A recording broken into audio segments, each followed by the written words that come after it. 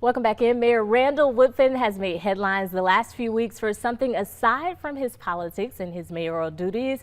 He's been talking about his new book, Son of Birmingham, and it's a memoir highlighting Birmingham's rich history and the story of Mayor Woodfin's journey growing up in Birmingham and to office. Now we get to sit down with Mayor Woodfin. Mayor, thank you so much for being here, first of all. Good morning, Destiny. Good to see you. Good to see you as well. Tell me, first of all, why has the book been published right now? Is there any significance? There is significance. We were intentional about making sure we can promote this book during Black History Month. I think so often Birmingham, Alabama, in most people's eyes who are not from here, they only see it in 1963. They don't know us as a city, as a community, as a people beyond 1963. And so not just from a historical standpoint, but Birmingham's progressive art, who we are as a mid-sized city, the intentional things that have happened that are good, that are positive in this city.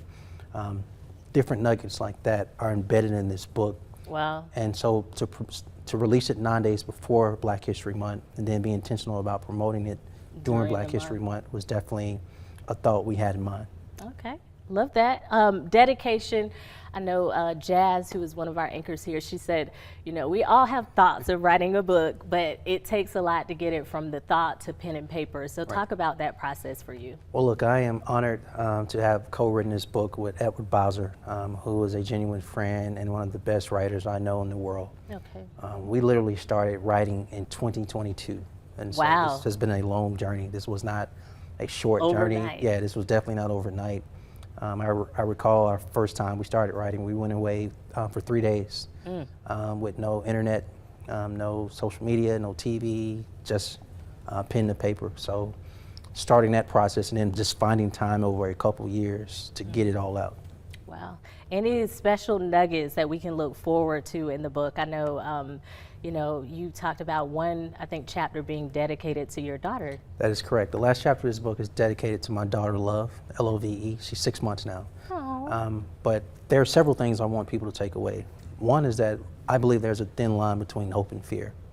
And I think in today's political atmosphere, there's a lot of fear, there's a lot of uncertainty, there is a lot of negativity. But this book not only talks about what the servant leadership look like in action, but it gives you hope and it gives you progress and tangible progress, what that looks like to make impact and a positive difference in people's lives at all walks of life.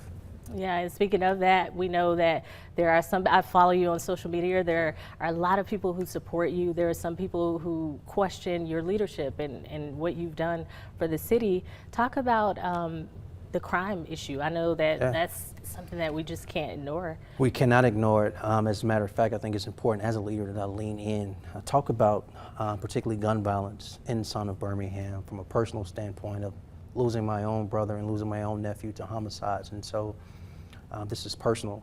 And I think in this crusade, I think it's important that I tell people I cannot solve crime by myself. It takes a collective. I'm glad to be working with the governor, with the legislators in Montgomery who have drafted bills that will be beneficial to the city of Birmingham as it relates to giving us more tools to take lock switches off our streets. I was just going to say, giving us more tools to address those who drive around shooting. Those things are important. The Crime Commission report released 82 recommendations to us. We've already are in progress of doing at least 30 of those over the last 30 days.